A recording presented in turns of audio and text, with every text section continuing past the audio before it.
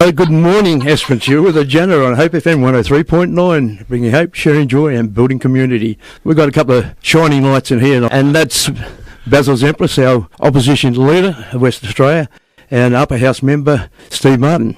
Welcome, gentlemen, both of you. Thank you. Yeah, tremendous to be down here with Steve and to be in the local community. Congratulations to you and all of the Hope FM team. Brilliant service that you provide the community. And I started my career in radio, so I absolutely love it and I'm really passionate about it. And I think one of the things we're here to talk about and to see with our own eyes is the community issues that are relevant right now. And one of them is the state of the Esperance Senior High School. And just today we've been out to have a look and see or get as close as we could to those 121 defects that we know the local community have been asking the government to have fixed for so long but aren't making progress. And that's why community voices are so important. But as the opposition, you couldn't actually step foot on the place. Remarkable, actually. So Steve and Steve obviously our Upper House member and has carriage of this area for the WA Libs. Me as the opposition leader, we wrote respectfully to the Education Minister, Sabina Winton. We did, Basil. And we both got knockback, Steve. Extraordinary, George. So that, as Basil has outlined, there are a number of issues with the Esperance Senior High School. The locals know that. The state government know that. It's their own list that says this is the worst maintained school in Western Australia. We thought we would do the right thing,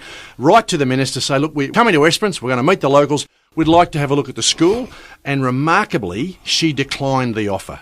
She said, no, thank you. You can't actually go and have a look.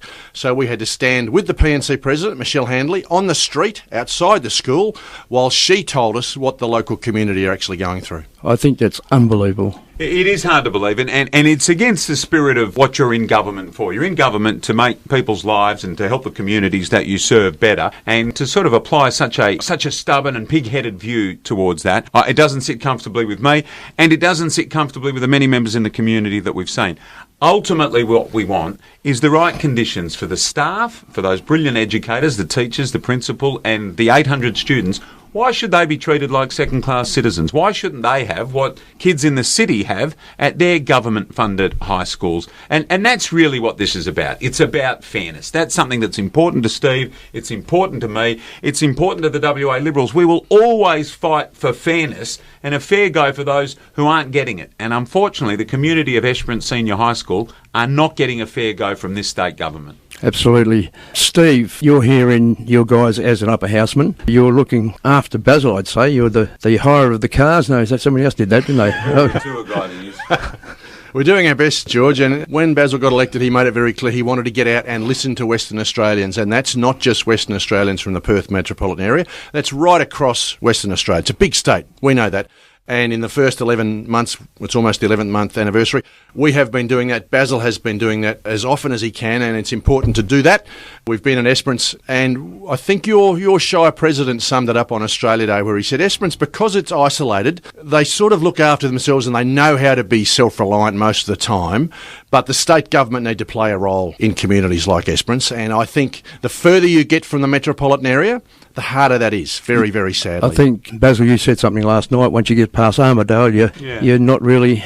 Look, there's a strong sense, George, in my nearly 12 months now as opposition leader, that people in the regions right around the state, not just south, but also north and east as well, feel as though this state government have neglected them, that they have not been a priority. The people in the regions have not been a priority for this state government. And it's hard to argue with that, given what we've seen as we've travelled right around the state, and particularly here in Esperance, and the Esperance Senior High School example is exactly what you're talking about. I think what you were alluding to earlier, though, about the hiring of cars, I did spend a little bit of time with the member for Roe, the hard-working member down here.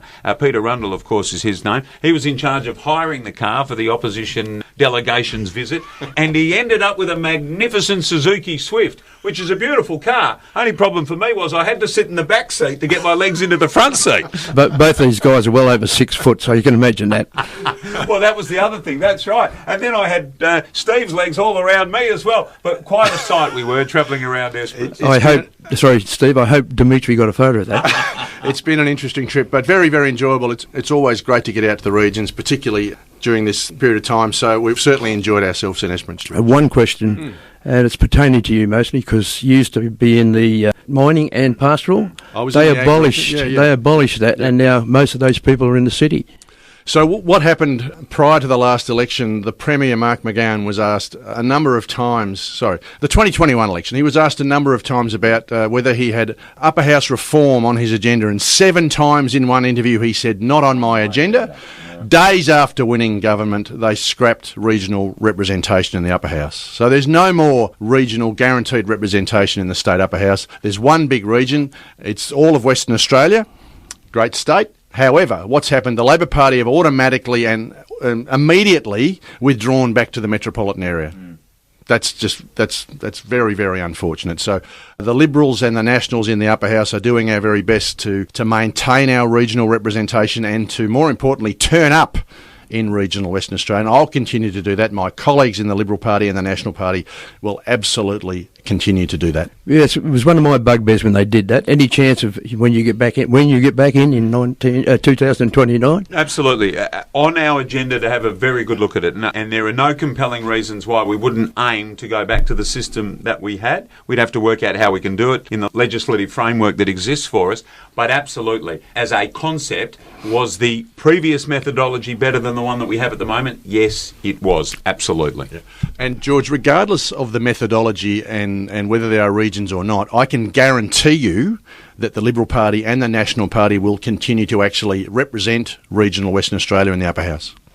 I'll say one thing before we finish up, because you're busy guys, you're off to the Shire now. Yeah. My name, the Janitor, came from the high school. Right. I was actually the head gardener there for a few years. Oh, really? And one of the South African teachers used to call me the Janitor. I like that. Yeah, what a great nickname. That's cool. It's like the junkyard dog, isn't it? The Janitor, the junkyard dog. Very, very cool. Well, thank you for your great service. Thank you both. And you would know then the school, the quality, and why those kids and the staff have done an incredible job despite the facilities being in the disrepair that they are. And that's not good enough. Why should Esperance have to put up with that? Still putting out great kids. That mine thing they get to, they win that all the time. Go over to Tasmania or Sydney or Canberra and come back with trophies to say that they're some of the brightest minds. I wondered why the studio was so clean for this shift. It's because the Janitor's on air. Yeah, that's exactly right. Thank you, gentlemen, and thank you for coming. Short notice. Thanks, Georgie. Thanks, George. Keep up the great work, mate. Thank you.